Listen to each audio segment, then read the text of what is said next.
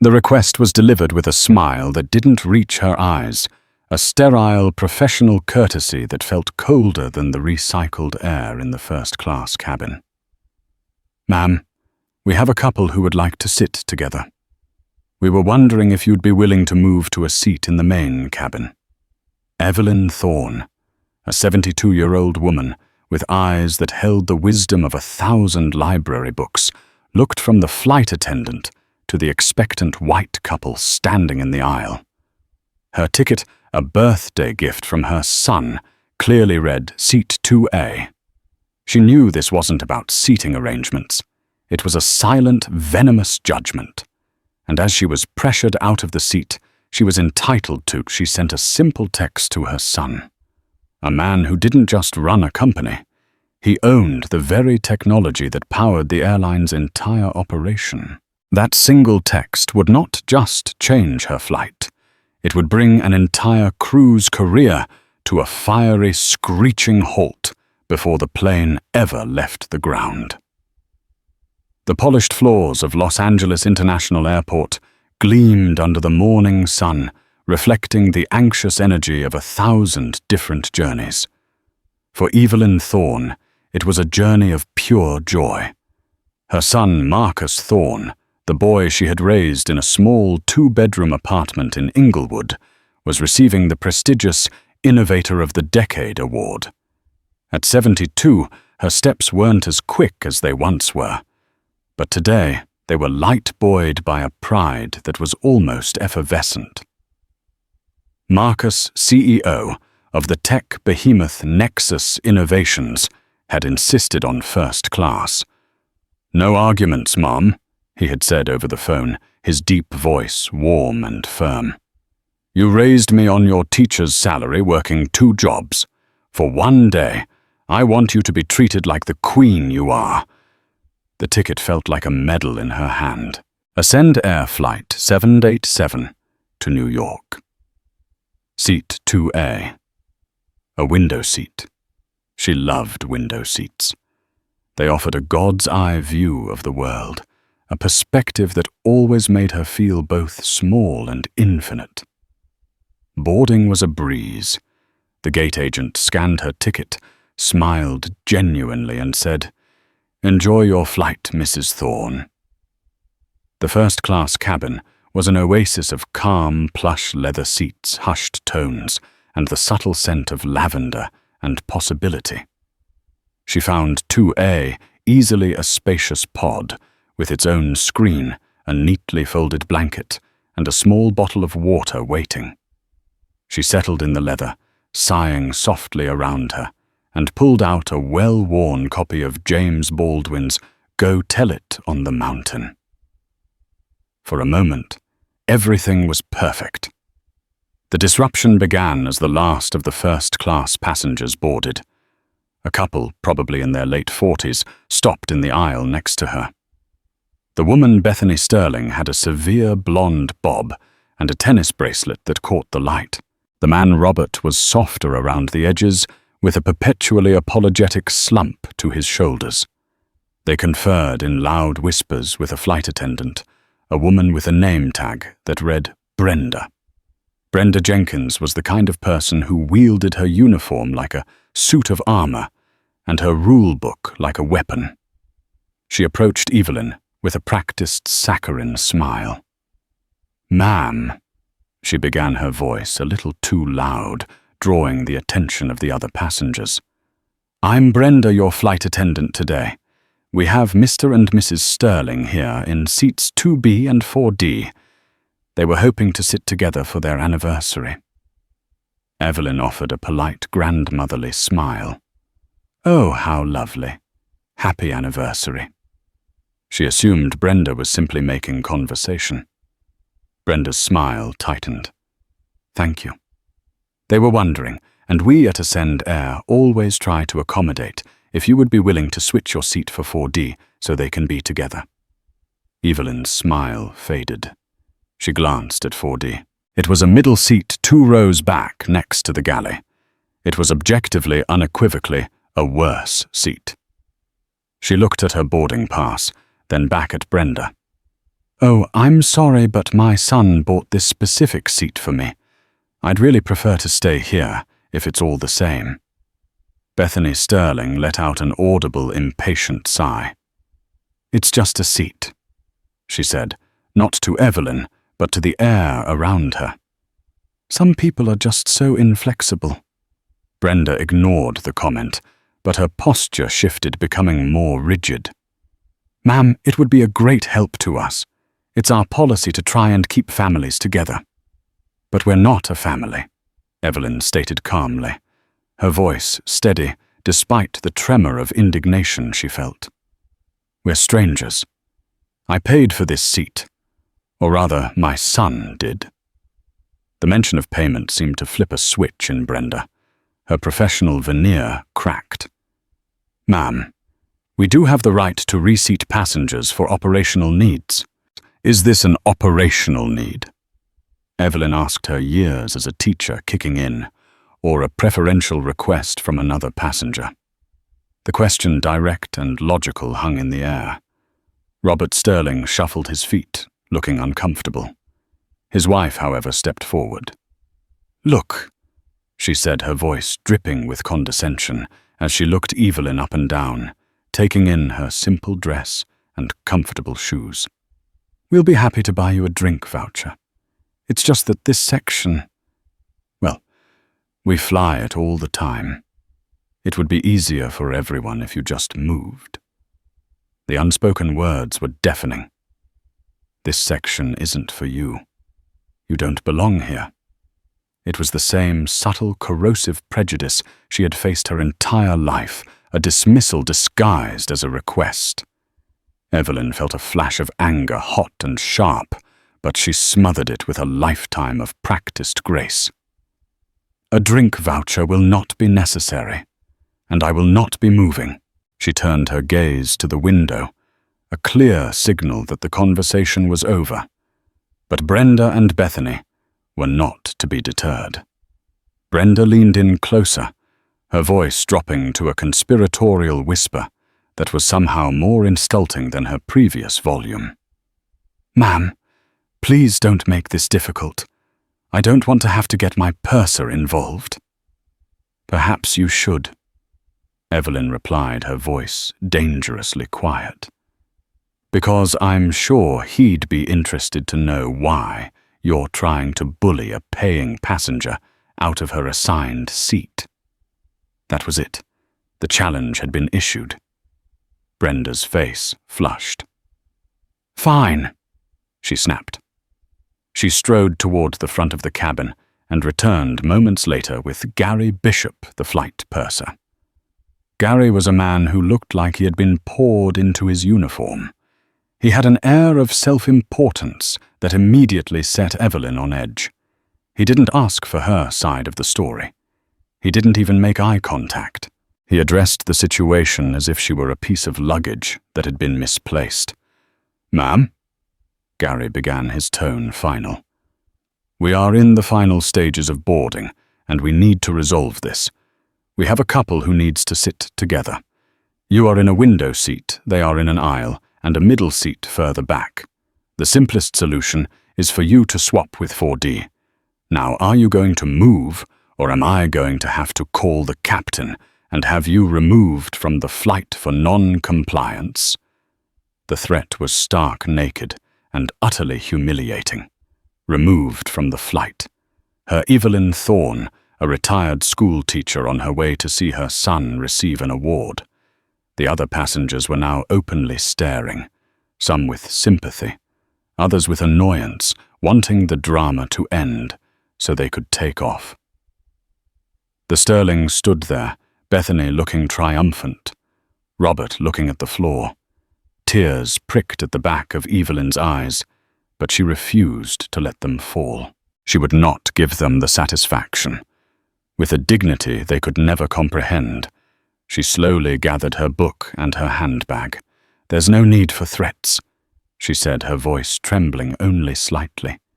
"If this is how Ascend Air treats its first-class passengers, then I have clearly been mistaken about this airline's reputation." She didn't look at Brenda or Gary, or the Sterlings as she walked the short, shameful distance to seat 4D. She squeezed past the passenger in 4C, a young man engrossed in his laptop, and buckled herself into the narrow middle seat. The plush leather of 2A was a distant memory. Here she was, cramped, overlooked, and invisible. As the plane door sealed with a heavy thud, Evelyn felt a profound sense of injustice. It wasn't about the seat anymore. It was about respect. It was about her son's gift being tarnished. It was about being made to feel small. She took out her phone. Her hands were shaking, but her purpose was clear. She opened a message to Marcus. She didn't write a long, emotional paragraph. She didn't complain or rage. She knew her son. He was a man of action and precision. She simply stated the facts. "Marcus, I'm on the plane. They made me move from 2A to 4D for another couple. Flight attendant Brenda Jenkins and purser Gary Bishop were very rude. Don't worry, I'm fine. Just wanted you to know. Love you." She pressed send just as the announcement to switch all devices to airplane mode came on. She leaned her head back, closed her eyes, and tried to forget the smug look on Bethany Sterling's face as she settled into seat 2A. She had no idea that her simple factual text was about to detonate like a bull in a corporate boardroom 3,000 miles away. The plane had begun its taxi to the runway, but it was not going to take off. Marcus Thorne stood before a panoramic window in the 80th floor boardroom of Nexus Innovations, overlooking the sprawling metropolis of New York City. The city was a testament to ambition, a concrete and glass jungle he had conquered not with brute force, but with elegant, ruthless code. His company's core product, the Odyssey Logistics and Operations Suite, was the invisible nervous system for dozens of Fortune 500 companies, from shipping conglomerates to ironically major airlines. He was in the middle of a tense negotiation with a Japanese tech firm. The air was thick with polite but firm disagreements over intellectual property rights. Marcus was in his element. Calm, focused his mind a chessboard where he was always 10 moves ahead. His phone, resting face down on the polished mahogany table, was always on silent during these meetings. But he had set a specific haptic vibration pattern for just one person, his mother. When the phone buzzed with that unique, gentle pulse, a soft brr, brr, brr, he paused mid-sentence. His team exchanged confused glances. Marcus Thorne did not pause. "Excuse me for one moment, gentlemen," he said, his voice smooth as granite. He picked up the phone. His dark eyes scanned the words from his mother. "Marcus, I'm on the plane. They made me move from 2A to 4D for another couple. Flight attendant Brenda Jenkins and purser Gary Bishop were very rude. Don't worry, I'm fine. Just wanted you to know. Love you." The temperature in the room seemed to drop 20 degrees. The quiet fury that emanated from Marcus was more terrifying than any outburst. His face became an unreadable mask, but his knuckles were white as he gripped the phone. He saw it all in an instant. His mother, a pillar of quiet strength and dignity, being publicly humiliated. The gift he had given her, a symbol of his love and success, being stripped away by petty prejudice and abuse of power. The phrase, "Don't worry, I'm fine," was what broke him.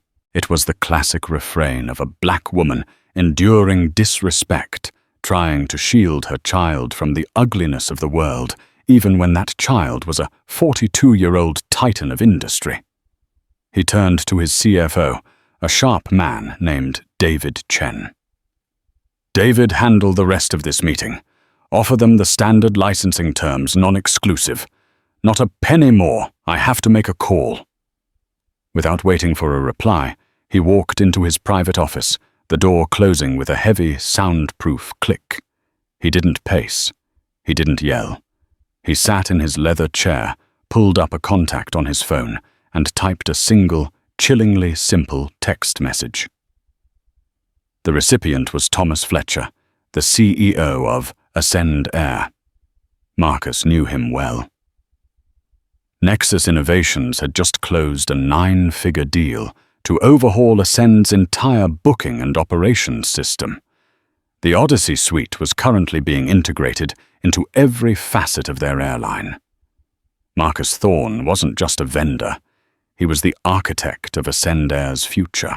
His text read, "Tom, my mother, Evelyn Thorne, is on your flight 787 LAX to JFK. She was just forced out of her paid first-class seat, 2A, by your crew. Specifically, a Brenda Jenkins and a Gary Bishop. The plane is currently taxiing. I expect a full stop, a personal apology to my mother from the captain, and the immediate removal of the offending crew from the flight. If that plane takes off with them on board, consider our multi-$100 million contract with Ascend Air terminated. You have 2 minutes." He hit send. He didn't need to add threats or explanations. The message was a surgical strike. On the tarmac at LAX, Captain David Reed was going through his final pre-flight check. "Cabin secure, ready for takeoff," came the voice of Gary Bishop over the intercom. "Roger that, Gary," Captain Reed replied, his hand moving toward the throttle. "LAX Tower, this is Ascend 787, ready for departure at runway 25 right. Ascend 787, hold your position." The tower crackled back instantly. "I repeat, hold your position on the taxiway. Await further instructions." Captain Reed frowned. This was unusual. A ground stop without a stated reason, no weather, no traffic, was rare. "Tower, can you confirm the hold reason? Stand by Ascend 787. Inside the cabin, the passengers murmured. The delay was noticeable. In seat 2A, Bethany Sterling sipped her complimentary champagne and complained to her husband. "Now what I swear, air travel is just one long test of patience." Evelyn Thorne, in her cramped middle seat, felt a strange sense of calm. Whatever was happening, it was out of her hands. Then the captain's voice came over the PA system, tight with confusion and stress. "Folks, this is Captain Reed from the flight deck. We've been instructed to return to the gate by our corporate operations center. We don't have any further information at this time, but we'll update you as soon as we know more. Cabin crew, prepare for gate return." A collective groan went through the cabin. Returning to the gate meant a serious delay. Brenda Jenkins and Gary Bishop exchanged a look of pure bafflement. This was above their pay grade. The moment the jet bridge reconnected to the aircraft with a solid thump, the main cabin door was opened.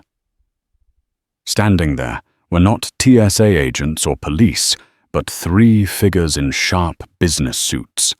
At the front was the Vice President of West Coast Operations for Ascend Air, a man named Jonathan Pierce. His face was pale and grim. He walked past the gawking economy passengers, his eyes fixed on the first-class cabin. He ignored the captain, who had emerged from the cockpit, demanding an explanation. Pierce's gaze found Brenda and Gary. "Brenda Jenkins, Gary Bishop," he asked, his voice low and devoid of any warmth. "Yes," Brenda said, her confidence wavering. "What's going on?" "You're to gather your belongings and come with me." "Now," Pierce commanded. "What, we can't just leave the flight," Gary protested. "We have a cabin full of passengers. What is the meaning of this?" "The meaning," Pierce said, his voice dangerously level, "is that your employment with Ascend Air has been terminated effective immediately. You are to be escorted off airport property." The silence in the first-class cabin was absolute. You could have heard a pin drop on the plush carpet. The Sterlings stared, their mouths agape. Brenda's face went from confused to horrified. Terminated for what? For a seating arrangement. Pierce's eyes were like ice chips. For gross misconduct.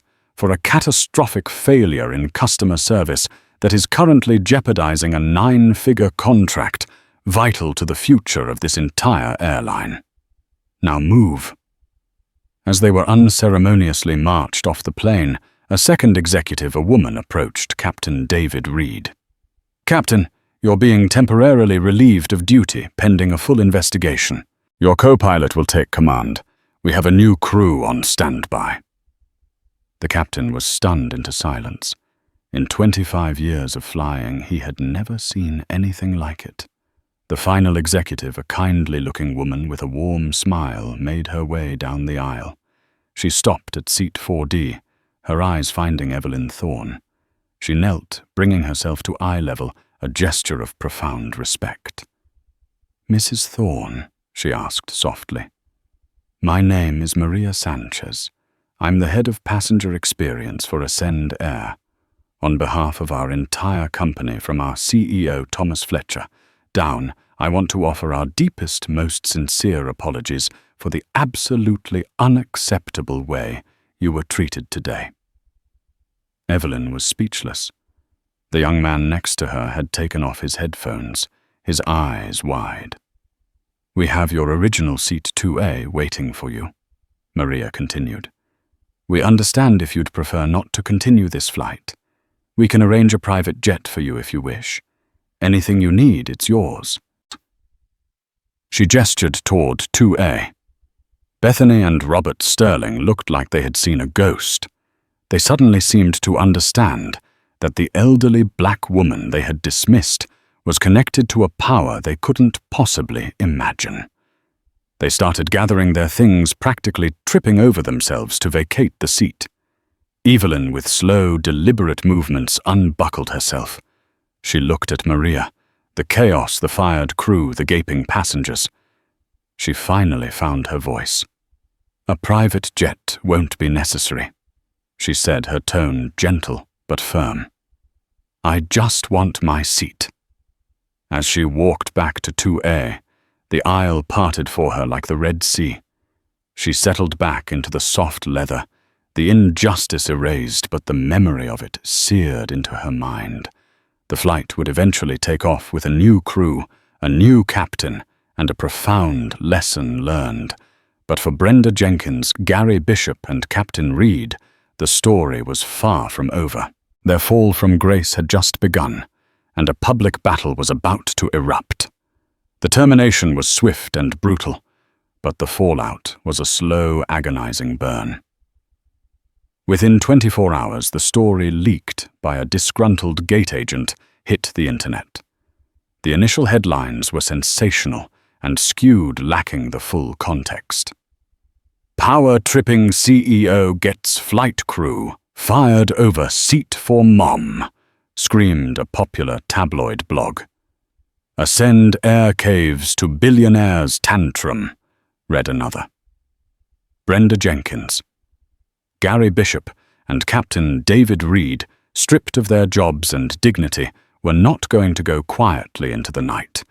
They found a lawyer, a pit bull of a man named Rick Harmon, who specialized in high-profile wrongful termination suits. Harmon immediately booked them on a national morning show. Sitting on a plush sofa under the glare of studio lights, Brenda presented a masterclass in victimhood.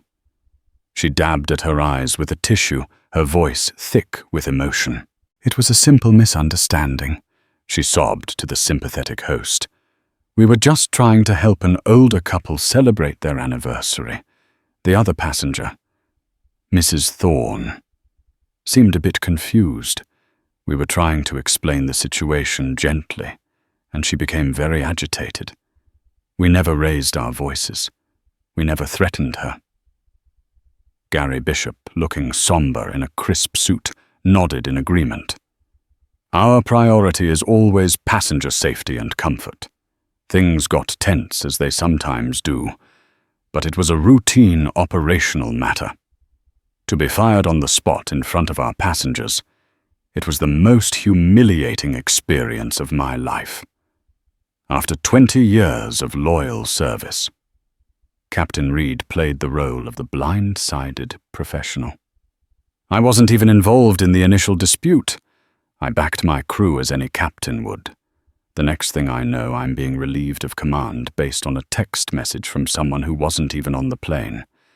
It sets a dangerous precedent. Does this mean any wealthy individual can just have airline staff fired at will? The narrative was powerful and to a public already wary of corporate elites deeply compelling. They were the hard-working crew, the little guys crushed by the immense, unchecked power of a faceless billionaire. Marcus Thorne was painted as an arrogant, vindictive son who used his immense wealth like a club. The Sterlings, the couple who had started it all, also gave a tearful interview from their home in a wealthy suburb. "We feel just awful about how this has been blown out of proportion," Bethany said, clutching her husband's hand. "We simply asked if a switch was possible. The flight attendants were nothing but professional. We saw them being treated so horribly. It's just not right." Public opinion began to turn. The social media comments sections were a cesspool of vitriol aimed at Marcus. He was called everything from a corporate tyrant to a bully who hides behind his mommy. His company, Nexus Innovations, saw a brief dip in its stock price as boycott. Ascend Air and Fire Marcus Thorne began trending. Inside the Nexus Innovations tower, the atmosphere was tense. The PR department was working overtime, advising Marcus to release a statement to tell his side of the story. "We have to fight back, Marcus," urged his head of communications, a fiery woman named Isabella Rossi. "They're framing you. We can release the details of our contract with Ascend, show them the leverage was pre-existing. We can paint the crew as incompetent." Marcus sat at his desk, staring out at the city. He had listened to the interviews. He had read the comments. A younger version of himself would have unleashed his own army of lawyers and publicists, crushing the opposition with overwhelming force. But he was older now, and the incident had touched something deeper than his business acumen. "No," he said calmly. Isabella was aghast. "No, Marcus, they are assassinating your character." "They are," he agreed, "and if we engage them on their level, we get dragged into the mud with them.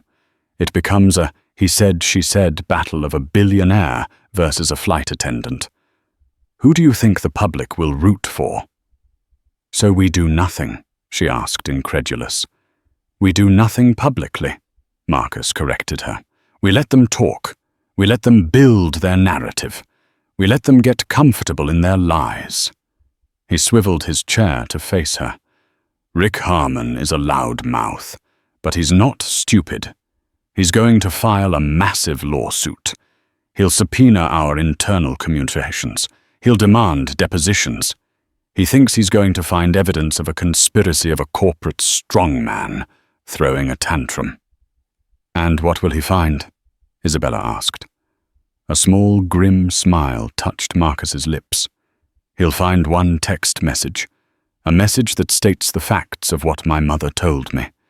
And he'll find a terminated contract with Ascend Air. Let them sue. Discovery is a two-way street." Marcus's strategy was one of quiet, coiled patience. He instructed his legal team not to engage with the press. He told Ascend Air's CEO, Thomas Fletcher, to hold the line and trust him. He called his mother every day. She was distressed by the media frenzy, blaming herself for the trouble. "This is all my fault, Marcus," she'd say, her voice fraught with worry. "No, Mum."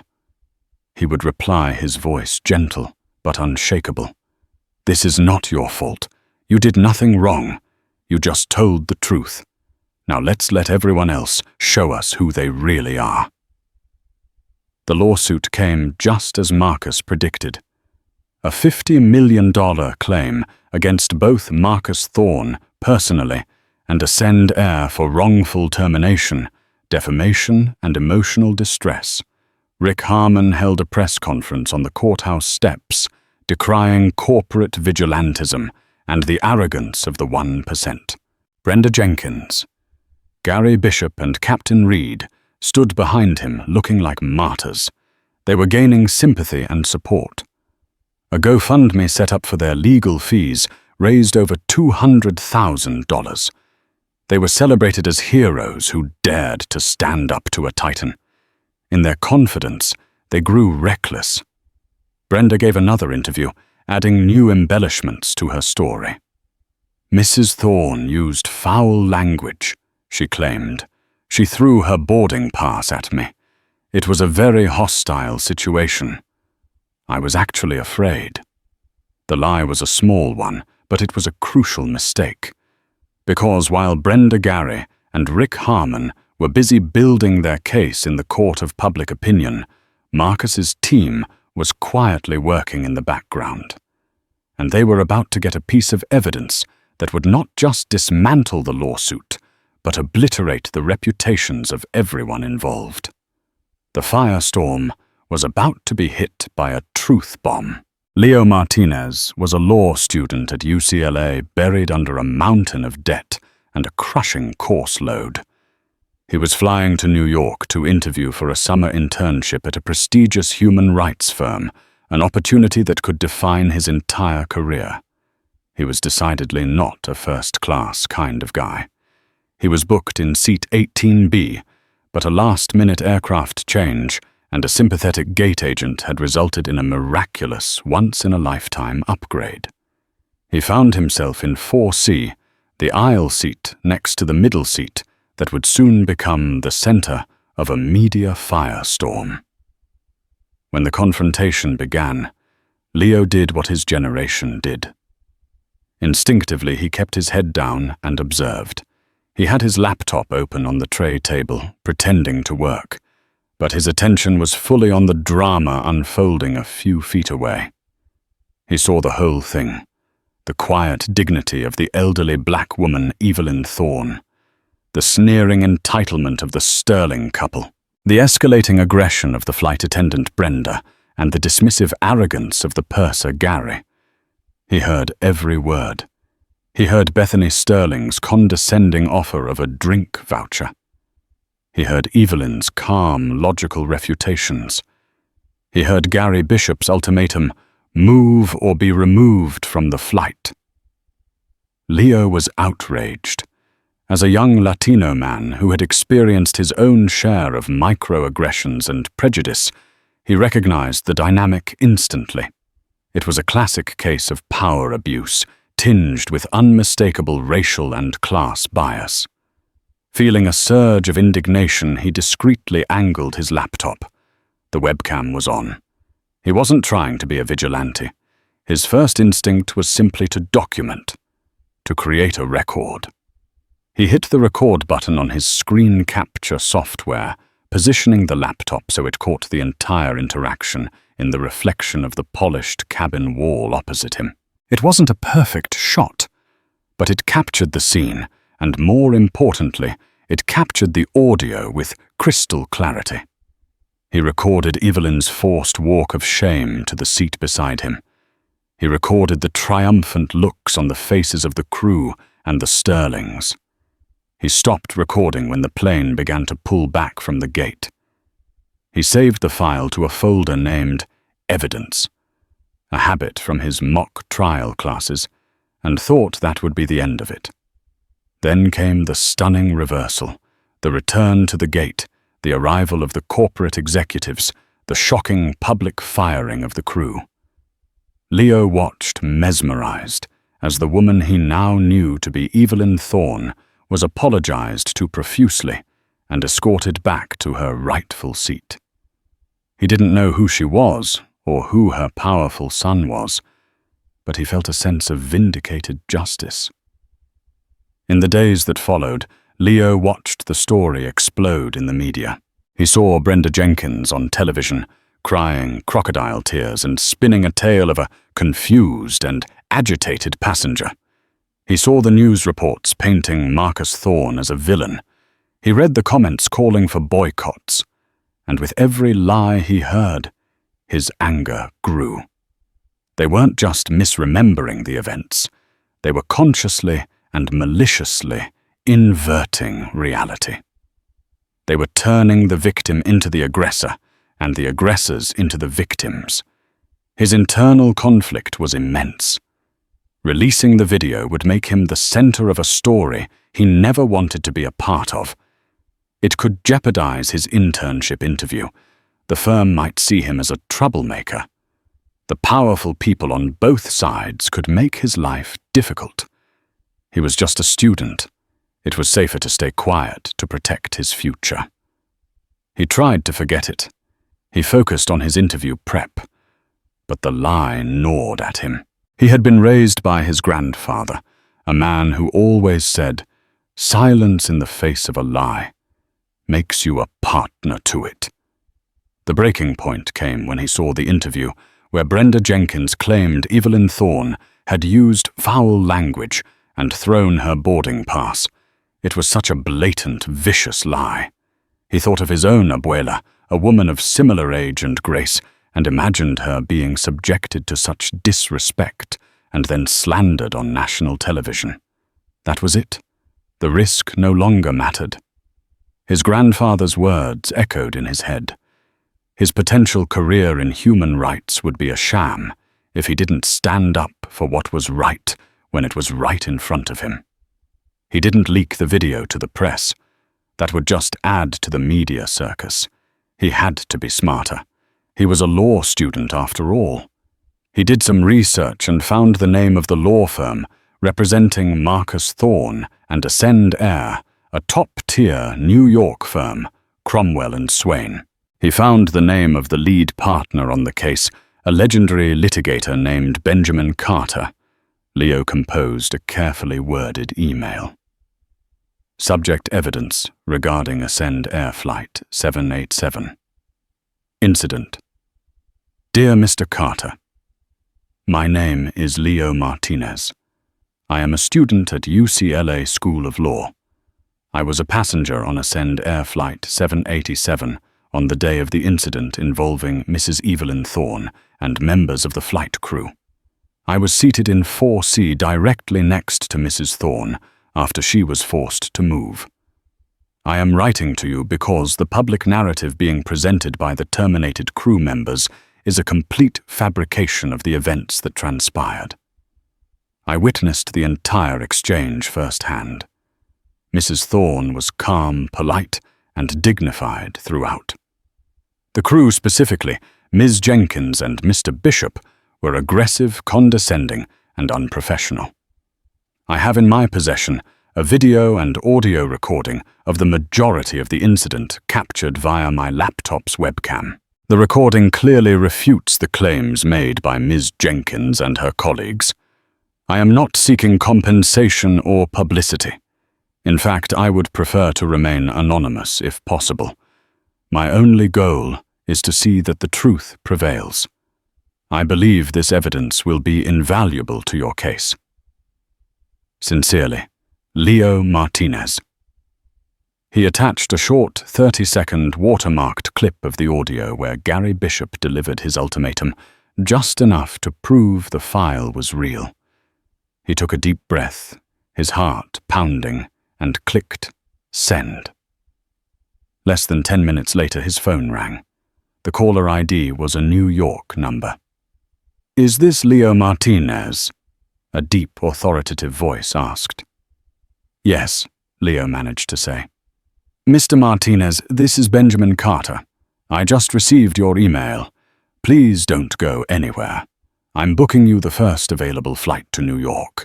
We need to talk." Leo leaned back in his chair, a wave of relief and anxiety washing over him. The unseen witness had just stepped into the light, and the entire game was about to change. The deposition took place in a sterile conference room at the offices of Cromwell and Swain. The air was heavy with unspoken hostility. On one side of the vast mahogany table sat Brenda Jenkins, Gary Bishop, and their lawyer, Rick Harmon. They looked confident, almost smug. They believed they were there to corner Marcus Thorne, to expose his arrogance under oath. On the other side sat Marcus, his lead counsel, Benjamin Carter, and a team of junior lawyers. Marcus was impeccably dressed, his composure absolute. He looked less like a defendant and more like a king holding court. Harmon began the proceedings with blustering confidence, grilling Marcus about the text message. "Mr. Thorne, would you agree that your text to CEO Thomas Fletcher constituted a threat, a demand for termination without any due process?" "I would agree," Marcus said calmly, "that it was a statement of consequence. Ascend Air's failure to provide the service my mother paid for, and the disrespect shown to her by their employees, put them in breach of their contract with her. My separate larger contract with their corporation had its own clauses regarding brand integrity and operational competence. Their crew's actions put them in breach of that as well. I simply informed Mr. Fletcher of the consequences of that breach." Harmon tried to paint Marcus as an out-of-touch plutocrat. "Do you have any idea what it's like for hard-working people like my clients to lose their jobs, their livelihood, over a seating squabble?" "I have a very clear idea of what it's like for a hard-working woman to be disrespected and humiliated after a lifetime of overcoming obstacles," Marcus retorted, his voice dropping an octave. "My mother worked 2 jobs to keep a roof over our heads. She taught in underfunded public schools for 40 years. That seat wasn't just a comfortable chair, Mr. Harmon. It was a symbol, a small token of thanks for a lifetime of sacrifice. And your clients spat on it. So yes, I understand the value of hard work. The question is, do they?" The questioning went on for an hour, with Harmon getting increasingly frustrated by Marcus's unshakable calm. Finally, Harmon moved on to Brenda Jenkins's sworn affidavit. "Mr. Thorne, are you aware that my client, Ms. Jenkins, has testified under oath that your mother, Mrs. Thorne, became hostile, used profanity, and threw her boarding pass at her?" Marcus looked at Brenda for the first time, a long, cold stare that made her shift in her seat. "I am aware of the lies she has told." "Yes." Harmon slammed his hand on the table. "Objection. You can't call my client a liar." Benjamin Carter leaned forward with a predatory smile. "Actually, Rick, he can, and we can prove it. In fact, why don't we do that right now?"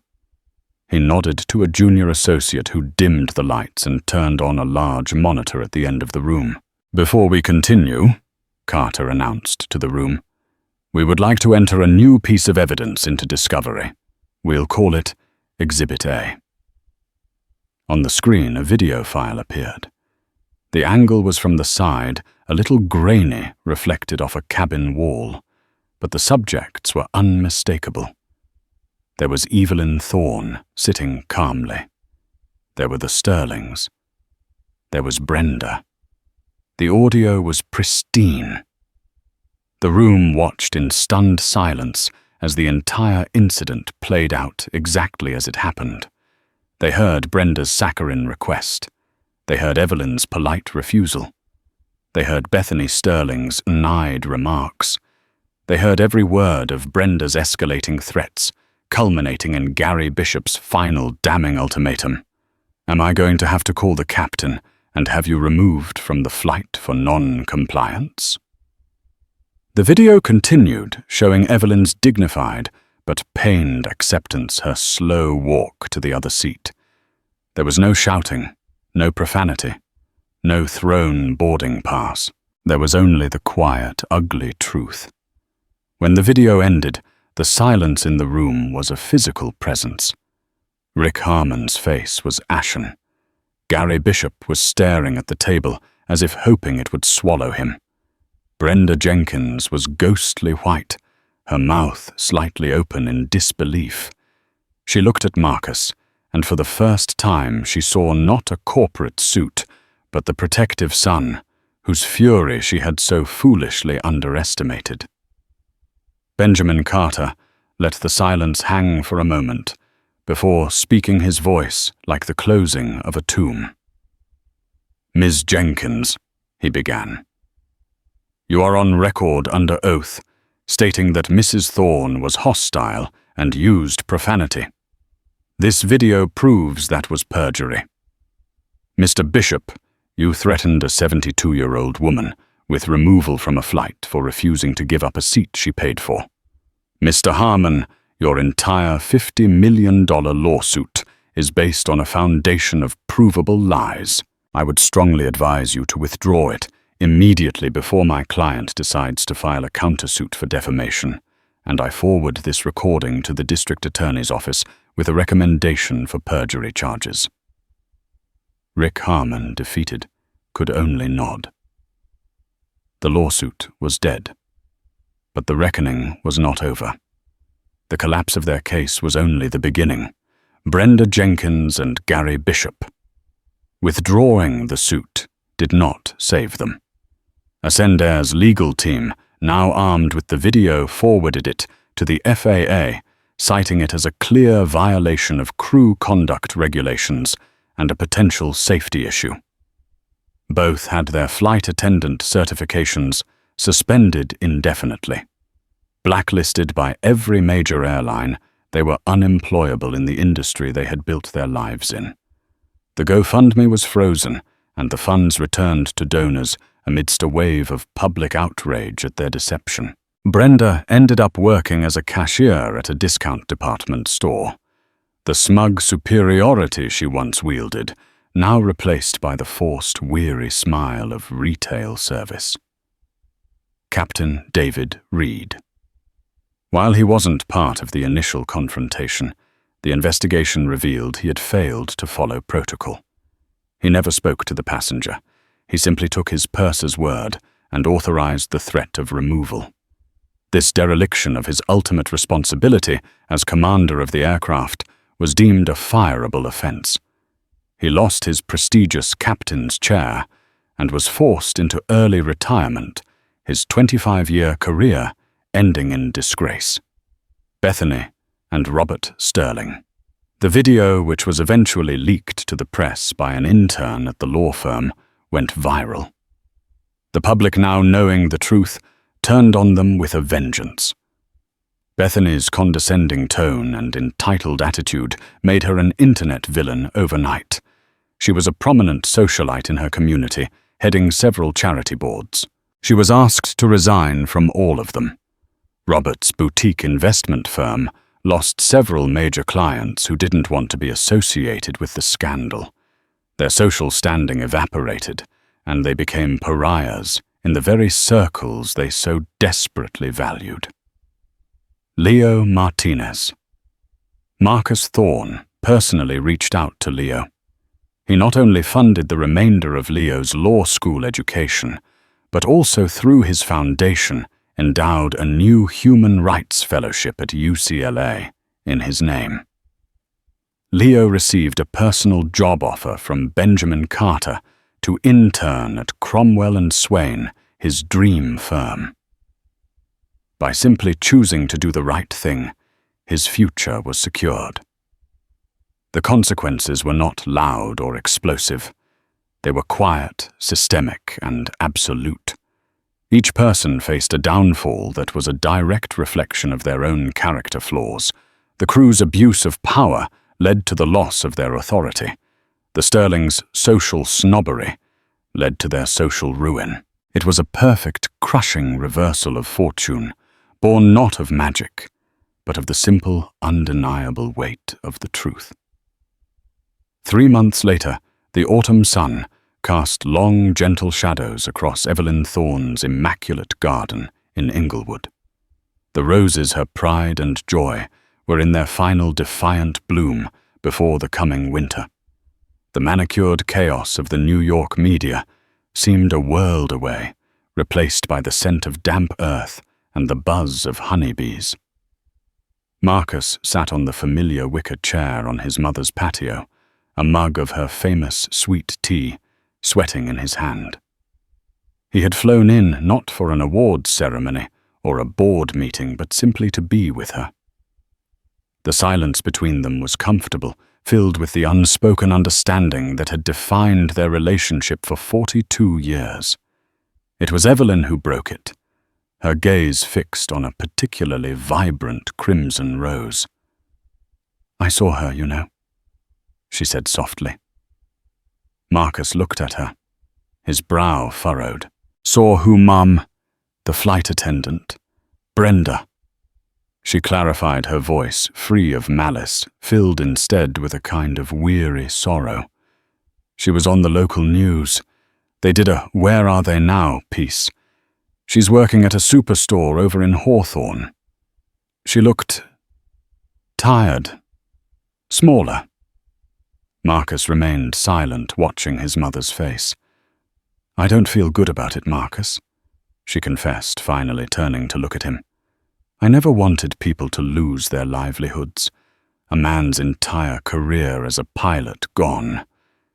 It feels heavy." Marcus reached across the small table and took her hand.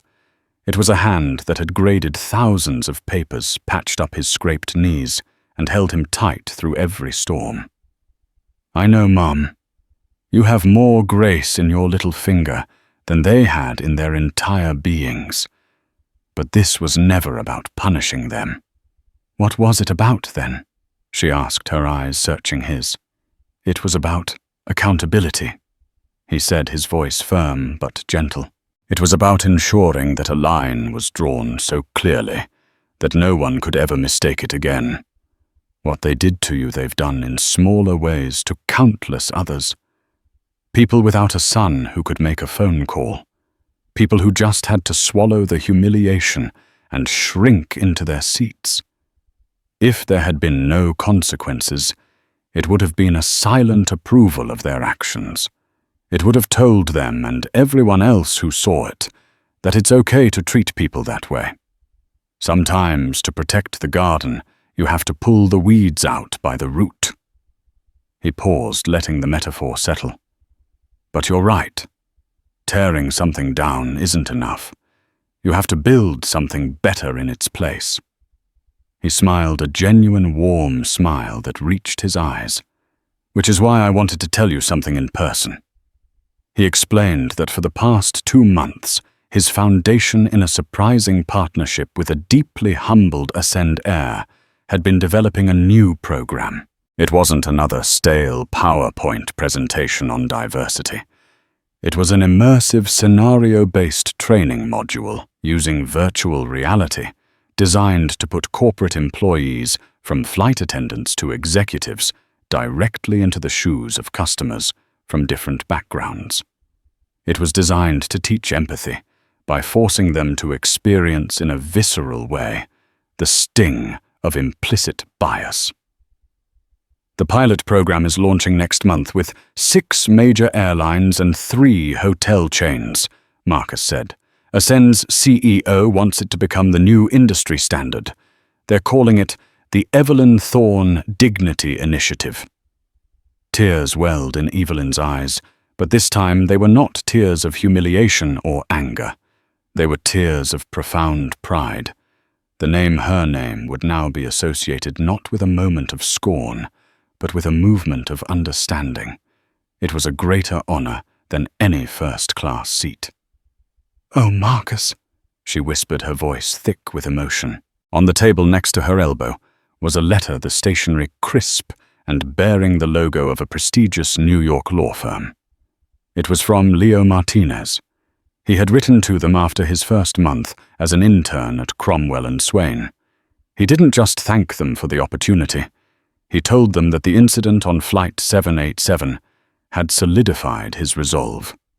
He wrote, "Watching Mrs. Thorne that day, and seeing Mr. Thorne's response, taught me that justice isn't an abstract concept in a textbook. It's the active defense of a person's dignity. I will carry that lesson with me for my entire career. Evelyn picked up the letter, her fingers tracing Leo's signature. This was the true result. Not the ruin of a few bitter people, but the inspiration of a good one. Not the ending of careers, but the beginning of a better way. She looked from the letter to her son, and then out at her garden. The victory wasn't the quiet downfall of her tormentors.